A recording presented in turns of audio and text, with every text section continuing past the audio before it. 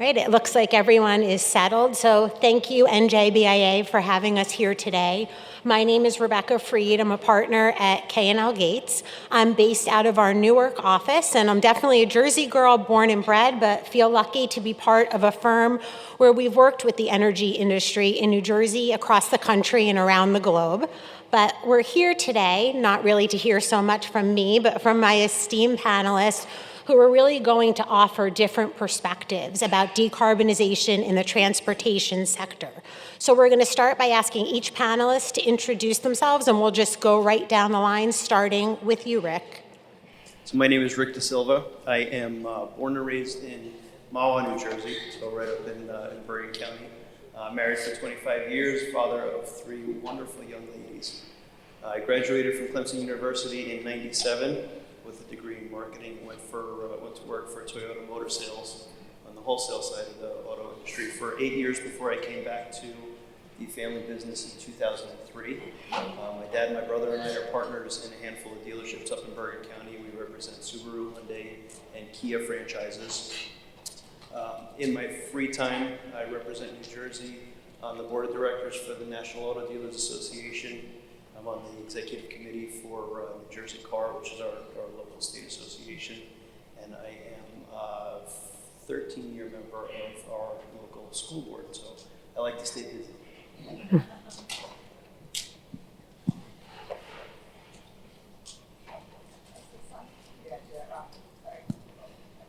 Sorry about that. I'm Laura Perrotta. I'm the president of the American Truck Dealers. We are a division of the National Automobile Dealers Association. We represent 3,200 medium and heavy-duty truck dealers across the country.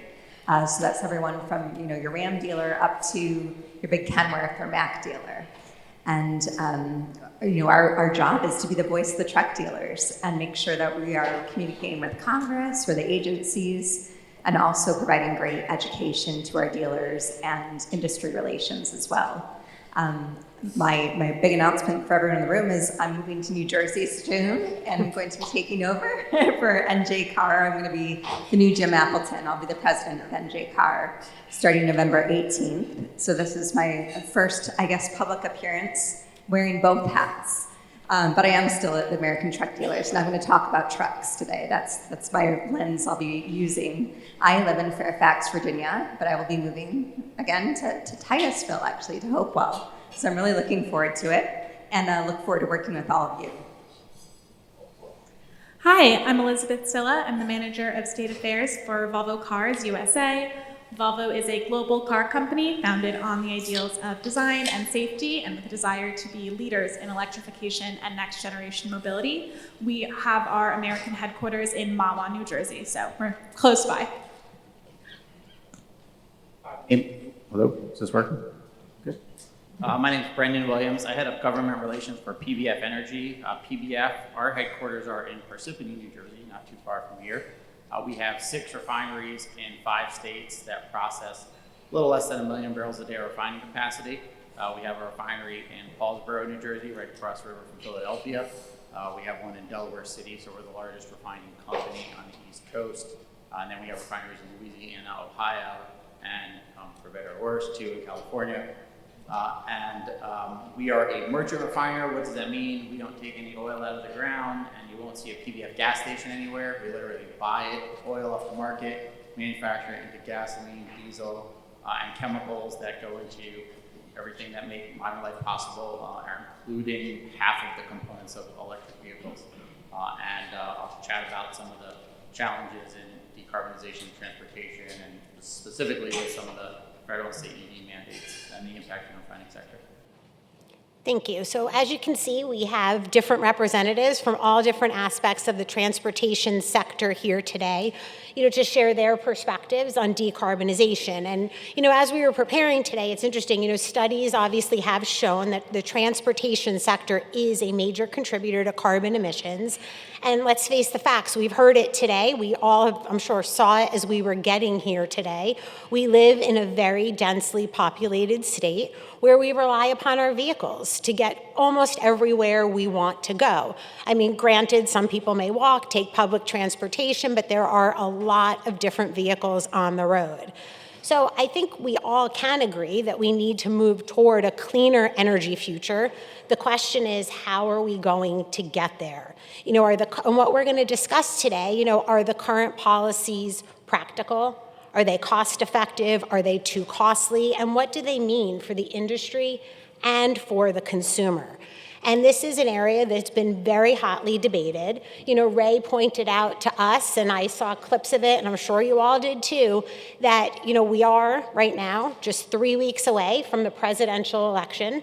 I think we can say that the candidates agree on very little, but the one thing that they do agree on is that no one is going to dictate, if they win, what kind of car you can drive. So, with just 3 weeks until the election, we are lucky to have this panel here. We're not here to talk about the election, but I think we'd be remiss if we didn't mention that as part of this overall policy debate. So, before I have specific questions for each of you based on the sectors that you're in, I want to go down the panel and ask all of you, before getting into specific policies, how are each of your sectors managing the debate over decarbonization in the transportation sector in both relation to both federal and state policy? So why don't we start, if you don't mind, Brandon, with you, and then we'll come back down this way on the panel. Sure. Takes a sec to kick off. As it pertains to the transportation sector, in terms of the refining sector's approach, I think we focus on a couple of things. One, there are actually a lot of carbon regulations on the transportation sector right now. Right, every state has a gasoline tax. We have a federal gasoline tax. Both states have low carbon fuel standards. There's a federal renewable fuel standard that has GHG reduction targets, and there have been a lot of investments made in those. One of the panelists earlier actually mentioned that we shouldn't try and force a transition before there's a replacement available, and that's a message we echo with the transportation sector, because we are concerned that some of these electric vehicle mandates, and it's actually what they are, we can talk about it a little more later, but both the California waiver and the federal standard will act as either complete or mostly de facto bans on the sale of most internal combustion engines. And so our message is that policymakers should exercise caution moving down that path for a couple of reasons. One, and we're already seeing this in California, you could prematurely drain investment in the refining sector and leave us more reliant on importing fuels. It's actually already happened on the East Coast. I haven't get into detail, but we lost 70% of the refining capacity that we had in 2009. And we're still using the fuel. We're just importing it from abroad or, getting it from the Gulf Coast.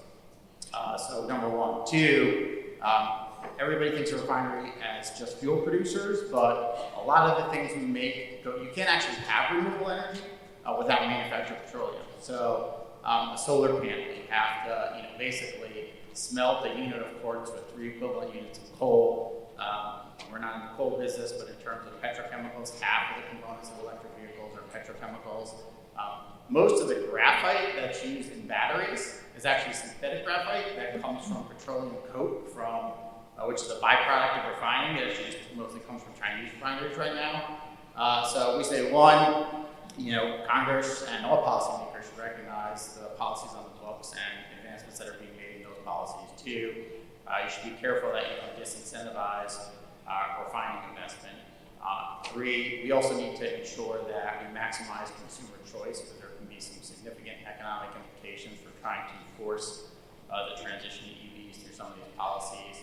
Last but not least, I think that there still has not been a real honest debate over the full accounting for the impacts of some of the aggressive timelines of these policies. They can be all probably addressed with time, but there's a big conversation in DC about, if you really look wells to wheels, given existing supply chains and mineral needs and everything else, are you actually potentially increasing carbon emissions if you try and mandate too many EVs too quickly? Thank you. Elizabeth. So on the manufacturer side, we are, of course, aware that the transportation sector, as Rebecca said, is a major contributor to carbon emissions, and that as such, we have a major role to play in reducing that output. We are, doing our part on the private investment side, looking into our electric vehicles, investing in them, making vehicles that are exciting and that have longer range, that are reliable, and that are more affordable, so consumers are really excited about them as well. Kind of looking at that policy side, from the manufacturer side, what we're looking at is policies that would support the ecosystem. Electrification is not just about changing a propulsion system. We can do that, yes, but the ecosystem needs to be in place to support that. So really looking at investment into infrastructure, getting the charging system set up so that it's easy to use and drive your electric vehicle seamlessly. And as we kind of talked about earlier, really investing into the electric grid and expanding the capacity and making it more dynamic so that it is possible to have this adoption. Thank you. So there's a lot coming right now at the truck dealers. There really is a lot of regulation, and it's really going to be changing their business. And these are small business dealers across the country, which is something a lot of folks don't always think about, that these are big employers in a lot of different areas, and they're just absolutely facing the regulatory pressure right now between the EPA's greenhouse gas phase 3 rule that was finalized pretty recently, and then on top of that we have the EPA's NOx regulation, that both of those will come into effect in 2027. But then we have 3 carb truck regulations that are coming down the pike right now in California. They are in place as of January 1st, 2024, and they are having a major impact on the truck dealers and how they do their business. But I should just say first and foremost that the truck dealers are very supportive of whatever the customers want to buy. They are making the investment to sell and service electric trucks, whether it's putting charging at their dealerships or training their team on how to service electric trucks and electric vehicles and do it safely. We have a shortage of diesel technicians, but now when you are servicing an electric truck, it takes 2 technicians to service that truck, not 1, because someone has to stand with a shepherd's hook to pull them off the truck if they get electrocuted. So there are some real safety concerns that our dealers need to invest in too, to make sure they're doing their business properly. But on the CARB front and what's coming to New Jersey, you have the Advanced Clean Trucks rule coming into effect in 2025. And these rules are really impacting the truck dealers in California right now as they've been adopted this year. The manufacturers are required to sell a certain amount of electric trucks by certain dates, and this is resulting in using their credit buildup to figure out how many diesel trucks they can actually sell to their customers. And in some situations, they have to sell 1 battery electric truck before they can sell 1 diesel truck. So this is really having a big impact on their business model. And then some manufacturers who have more of a buildup, they can sell maybe 1 battery electric truck and get 7 diesel trucks. So it just depends on the manufacturer and how their credits have been built up. So these are some major changes, and I know the truck dealers in New Jersey are very nervous about how this is going to pan out in 2025, because New Jersey doesn't have the incentives that California has. They just have a whole rubrics that CARB has created that the other CARB states don't have in place. So this is going to be really a serious time coming forward for the truck dealers in New Jersey.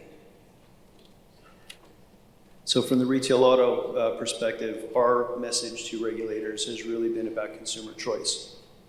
Excuse me. The retailers are kind of along for the ride for, to some extent. Our job as business people is to make sure that we meet the market, right? We want to be able to sell you what you want to drive. And if a battery electric car is what fits your lifestyle, we want to be able to sell you that battery electric car. If you're the type of person who has a 5th-wheel trailer and wants to go cross country, on a family trip, and you need a heavy-duty diesel pickup truck to pull your trailer over the Rocky Mountains, we want to be able to sell you that. If you're in the middle and a hybrid or plug-in hybrid works for your lifestyle, that's what we want to be able to sell you. The concern for us really is that current policy follows the California Air Resources Board regulations as opposed to the EPA. The difference between, the goals are really the same between the two, and that's a transition from fossil fuel to electrification, but their approaches are very different. Whereas the EPA recognizes technologies like plug-in hybrid, strong hybrid, fuel cell, in addition to battery electric. They recognize the realities of the market, that people aren't willing to flip the switch and go from gas straight to electric with no transition. Whereas CARB, the California rules recognize either battery electric or nothing. So if it's a plug-in hybrid, which if you use it the right way, you could theoretically drive that car and never burn gas. That counts the same as the big jacked up diesel pickup truck that's blowing black smoke going up the highway. under the CARB regime. Coupled with the aggressive timelines that the CARB requires, again, it just like Laura said, it's a similar situation where they limit what manufacturers can send to the state of New Jersey for us to sell. So that, in effect, obviously, it regulates what customers are allowed to buy.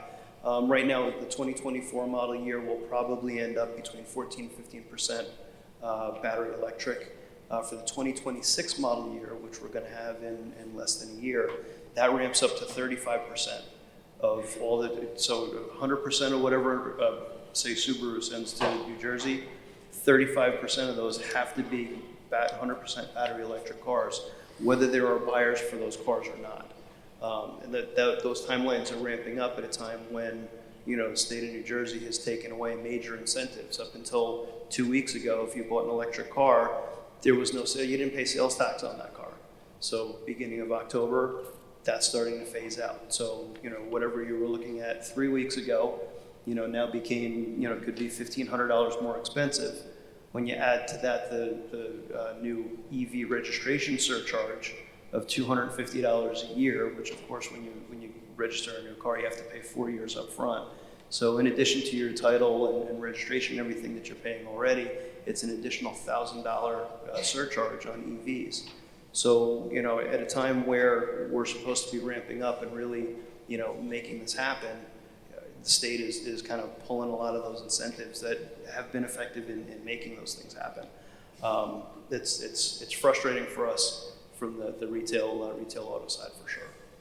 Oh, thank you, Rick. And I'm actually going to stay with you because as you were talking about the policies, you were also talking about the transition, that you're seeing in the car sector, and with respect to dealerships. So I am curious, when we're talking about decarbonizing transportation in New Jersey, a big part of the plan does depend on drivers trading in their cars, what they're currently driving, and as you talked about, with increasing percentages of electric vehicles coming on the market. So I'm curious, from a business perspective, how are you seeing customers responding to the EV transition?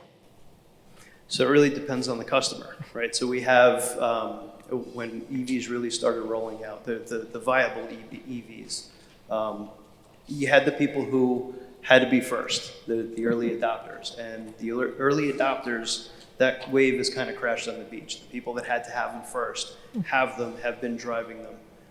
Incidentally, there are a lot of them when they come, they finish their lease, kind of look at it and say, all right, I did that and, it was okay, but I'm going to go back to either gas-powered or hybrid.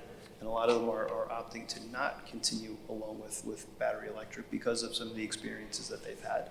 Notably, we had one customer, got their car home, spent all the money to put the charger in at home, plugged in their car and figured out that they can't run their air conditioner and their charger at the same time because there's not enough juice coming from the street to power both of them at the same time, which, it makes it difficult. Now we're really to the mainstream customers.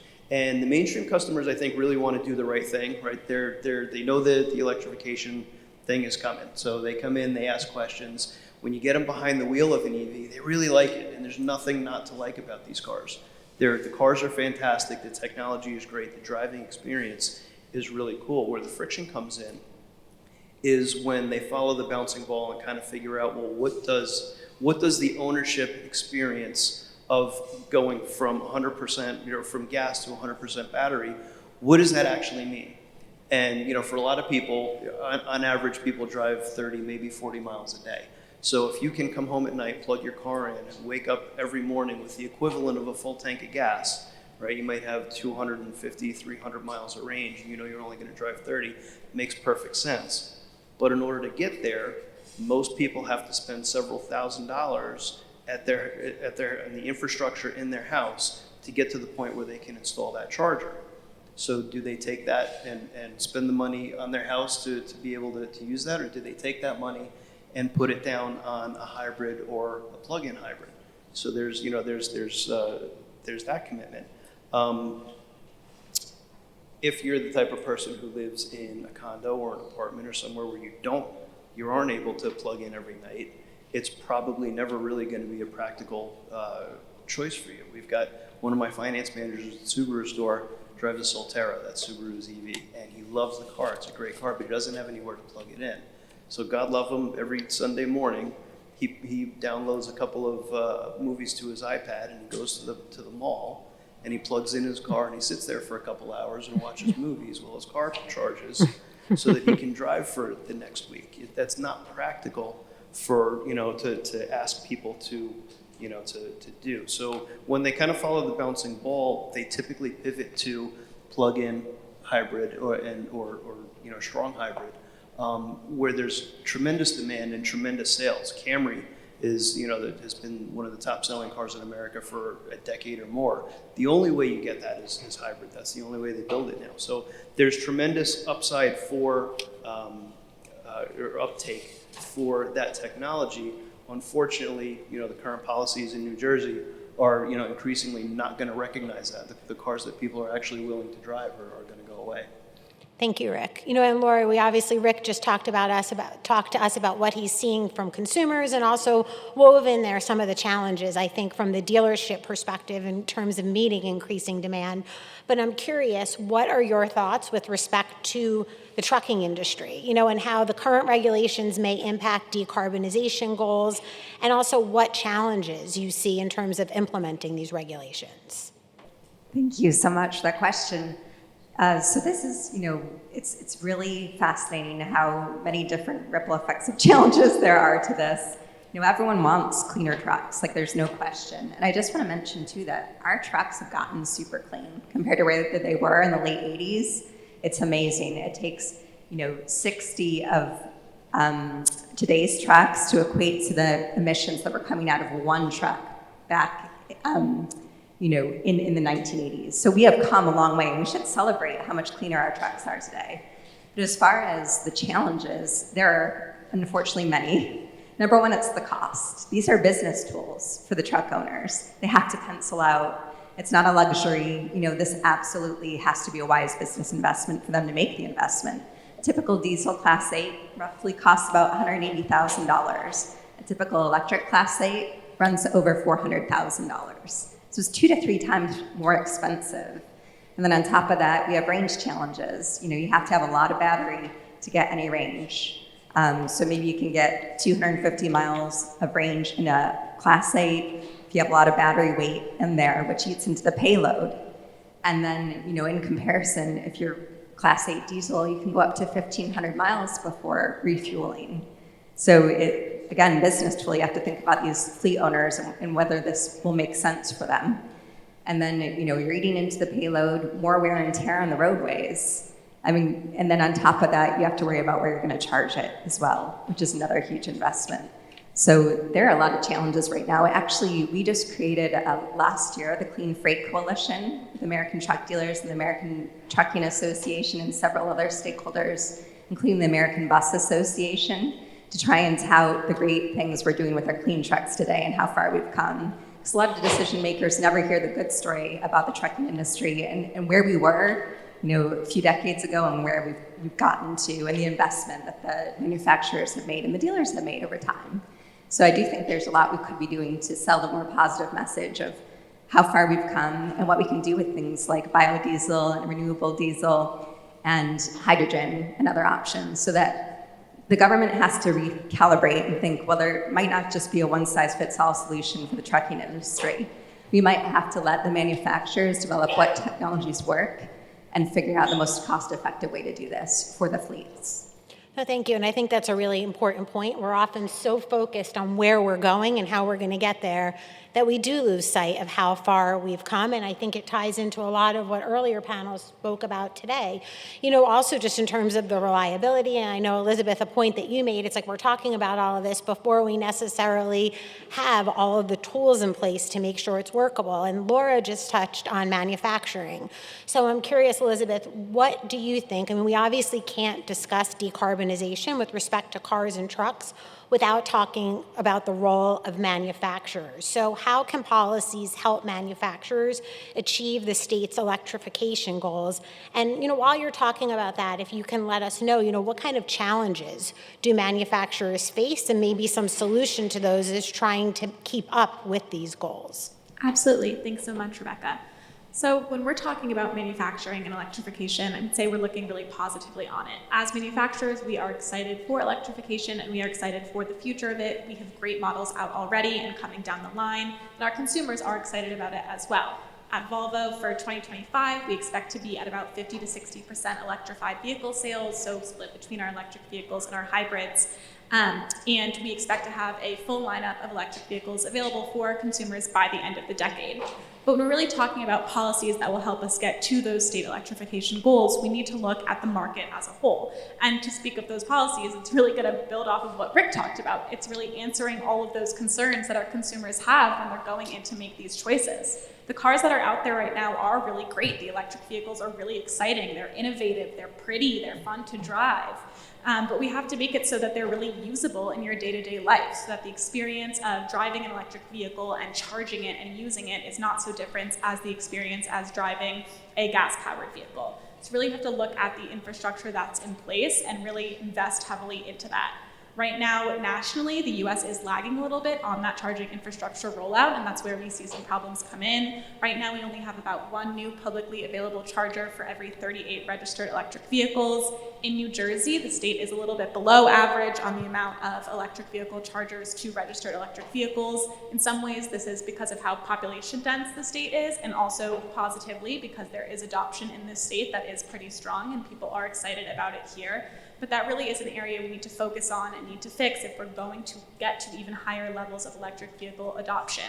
On the state level, really looking at incentives for putting in these home chargers, looking at rebates, looking at grant programs. There are some rebates in place, but also making sure that those continue. As Rick stated, the incentive to purchase an EV has been gone out now with that sales tax rebate, so making sure that those continue as we continue to have these high electrification goals that we want to see.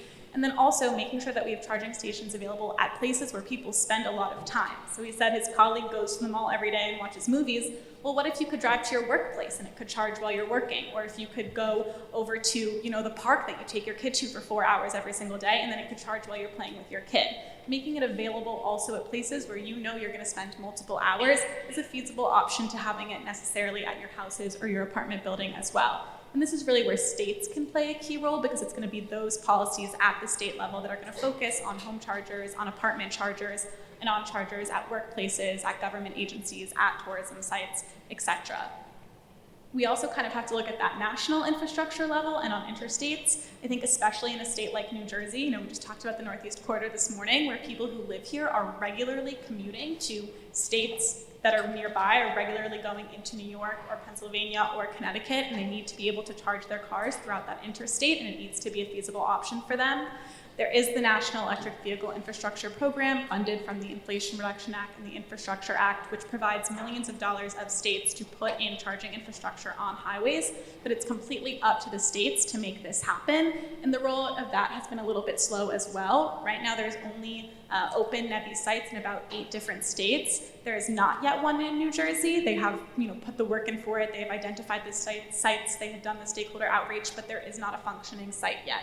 So I think that's another area where New Jersey can really invest, is take advantage of that money, set out this partnership, and start building these sites on the interstate so that it's really feasible to drive this highway regularly.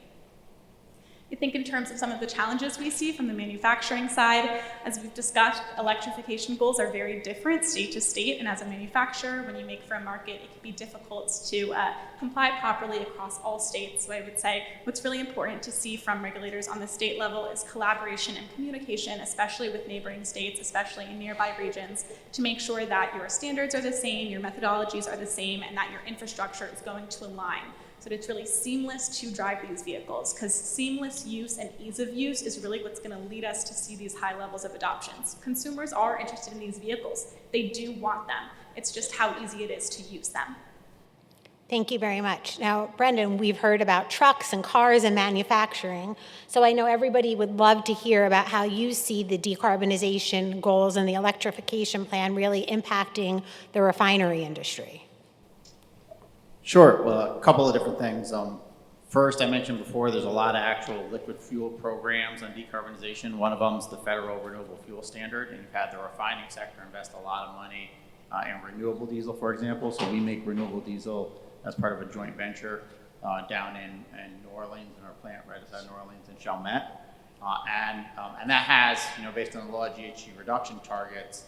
But in addition to putting refining capacity at risk by trying to kind of mandate away demand prematurely, you also put a lot of those biofuel investments at risk as well, right? Because you obviously can't,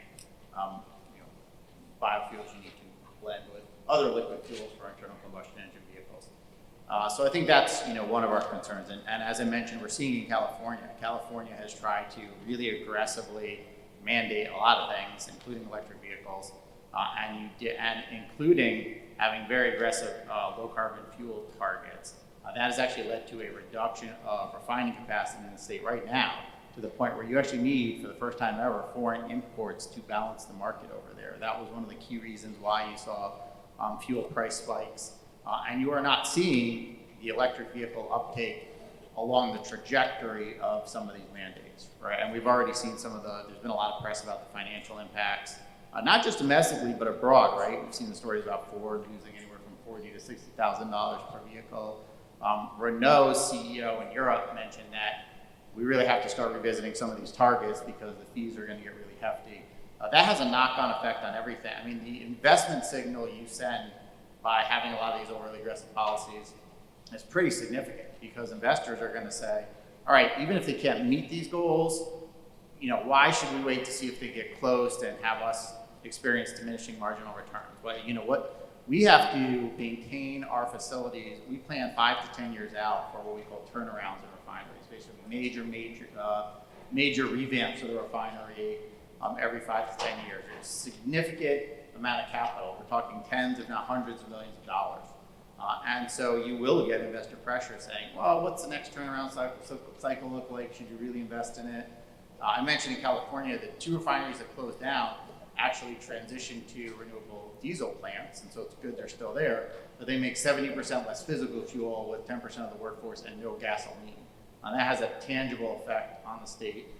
And we are seeing, I think everybody's familiar with California's electricity problems as well too. So kind of putting all your eggs in one basket, you're risking prematurely draining refining investment and not having anything to replace it, echoing some of the comments we heard earlier in the electricity sector.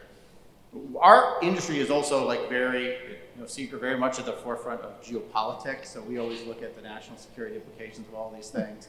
And I do think that's something that policymakers need to address if they want to try and force electrification. It's not just with electric vehicles, but even electrifying everything, like what's needed for the grid. The mineral needs for these things are massive. The International Energy Agency has noted it.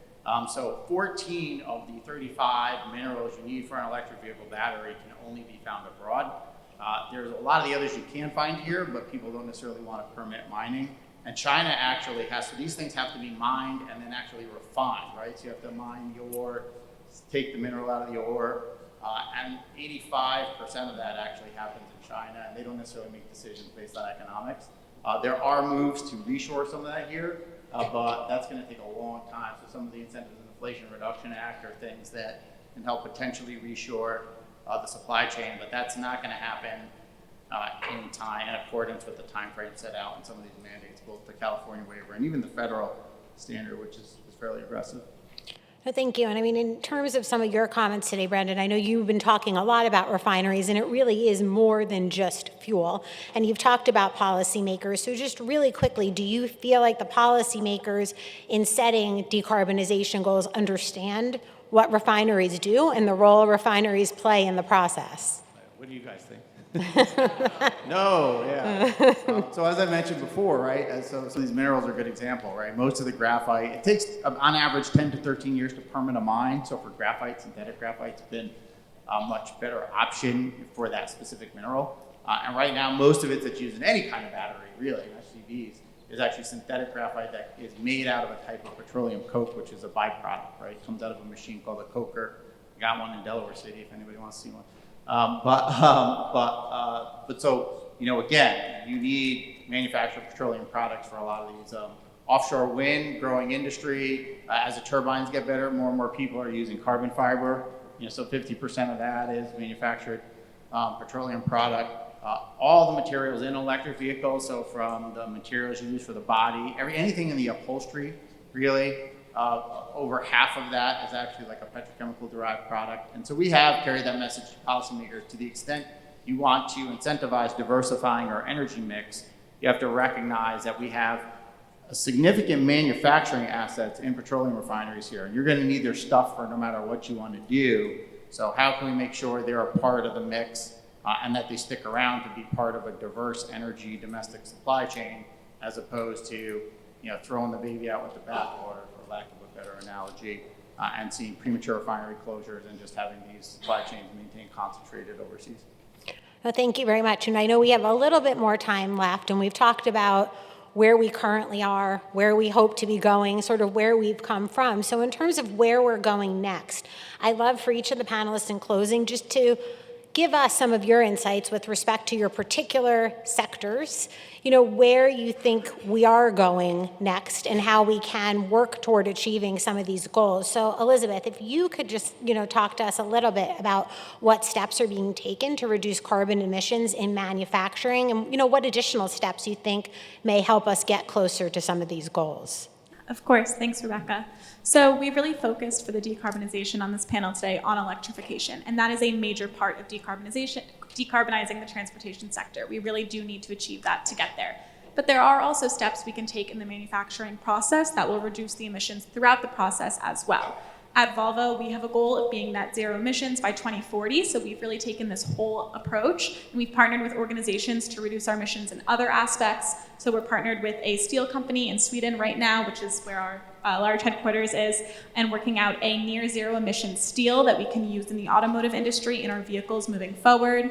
We're also really focused on our sustainability pillar of circular economy, so reusing some of our materials to the best of our abilities in our new cars and those components. In our EX90, which is our most recent vehicle that we just launched, about 15% of the steel and plastics is recycled and about a quarter of the aluminum is recycled. So we're making really exciting steps forward in the component aspect of it.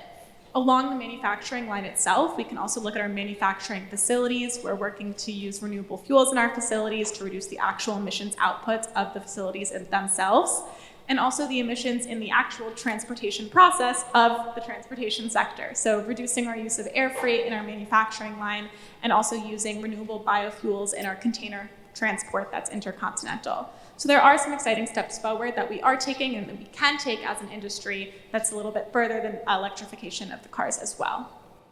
Thank you, Elizabeth. I'm going to jump to Rick next. So Rick, can you talk to us as we're closing here that what steps are dealerships taking as you're responding to the increasing demand for vehicles, electric vehicles, I should say, and how do you think normally we kind of policy sometimes it feels like, you know, is kind of drafted in a vacuum where there are good ideas, you draft policy, but then how does it play out? So kind of flipping that, you know, how do you think policy should be responding to what you're actually seeing on the ground? Sure. So as far as steps that dealers are taking to be ready for the future demand that we expect, dealers we're excited about the transition. You know, it's always a different challenge for us. Like I said before, we want to be able to sell people what they want to buy. Dealers have already invested hundreds of millions of dollars in terms of infrastructure for charging, for special tools. Like Laura said, there are a lot of particular safety tools and safety training that goes into selling and working on these cars. Inventory, again, training. At our Hyundai store, we've spent on two high-speed chargers, with a little over $200,000 that it took for that. We're in the middle of getting ready to embark on a project at the Subaru store that's going to cost over $500,000 so that we can put 4 chargers in. So I mean, when you look at the cost versus what actually comes out of it, it's a big commitment. But dealers are all in on the EV transition.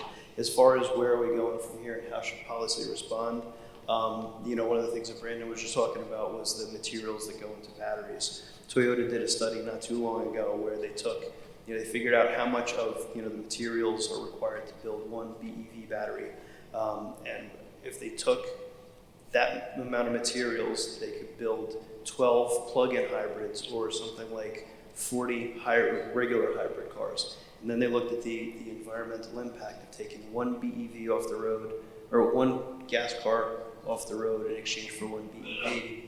The environmental impact of taking 12 gas-powered cars off for 12 plug-ins, or 40 gas cars off for 40 hybrids. And I mean, for the same amount of material, the much greater environmental impact was for the 40 cars. I'm hopeful that New Jersey, once Governor Murphy his term expires next year, going into the future, that New Jersey recognizes that the BEV or nothing approach of California Air Resources Board is not going to be successful in meeting our goals. I'm really hoping that going forward, I'd really love to see New Jersey adopt the EPA regulations in favor of the CARB regulations.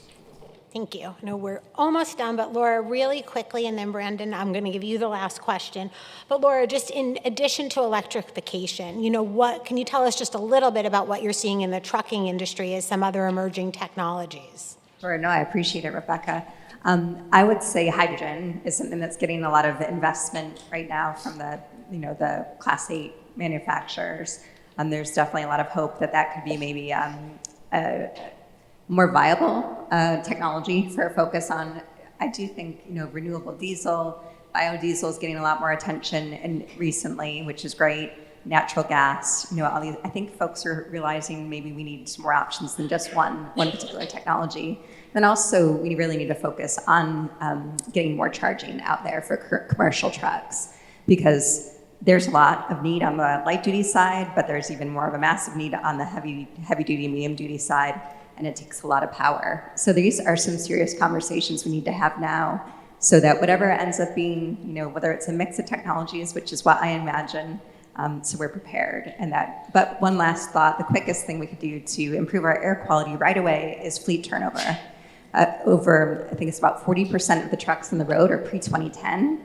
And so they are lacking the most modern emissions technologies. And if we could simply incentivize getting rid of your older trucks, we'd have a massive improvement to air quality really fast. It would be pretty affordable, and it would help the truck dealers, so that's a good thing. Thank you. And Brendan, now you talked about how PBF Energy does have, the 2 refineries in California. We've been hearing a lot about California today. So just in closing, do you think based on what's happened in California, are there any lessons we can take back to New Jersey? Don't follow California. Seriously, I mean, I think they are, putting the state in a really bad position when it comes to not only business investment, but consumers and the economy.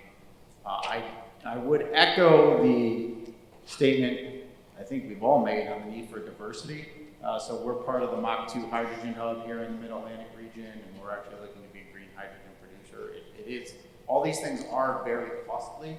I do think there's a lot more that advanced biofuels can do. We looked at renewable diesel, but even that requires a very significant level of subsidies, either state or federal, to be cost competitive with petroleum diesel. So I would just say that I think people should recognize the value of manufacturing assets we have in this country, make sure they don't go by the wayside, and see how we could use them in multiple types of a more diverse energy future, and that we should avoid. We should really rethink overly aggressive one-size-fits-all mandates and see how we can most cost-effectively diversify, because we're going to need more energy no matter how you need it. The East Coast is going to be energy short. That's one of the reasons we're looking at hydrogen. We do think it's actually a better option when it comes to trucking for a lot of reasons: weight, fuelability, transferability, etc. So I think it's I think these really overly aggressive one-size-fits-all mandate approaches are going to backfire, and if we don't act before they backfire, I think it's going to be harder to meet any environmental challenge moving forward. So that I would just encourage policymakers and everybody to kind of I think Ray mentioned NJBIA has been a great all of the above association, and to the extent that I think policymakers could take more out of the all-of-the-above playbook, we'd all be better off. Thank you. I think we will definitely end on that note. I want to thank you all for sharing your insights with us. And, you know, I think what NJBIA has really brought to the forefront from all of these different sectors and panels today is this really is all about collaboration. It's not one size fits all. And the one takeaway that I had from this, I mean, it obviously seems, we know a lot of this is costly. We've heard about that. But the point that each of you made about new technologies and safeties, and I think, Elizabeth, it was you or maybe it was Laura who talked about how you now need 2 technicians to service a truck instead of 1. So that also, I think we need to be thinking more too about job creation and how some of these increasing costs and opportunities may also lead to additional job creation, which will help the economy as well. So thank you all.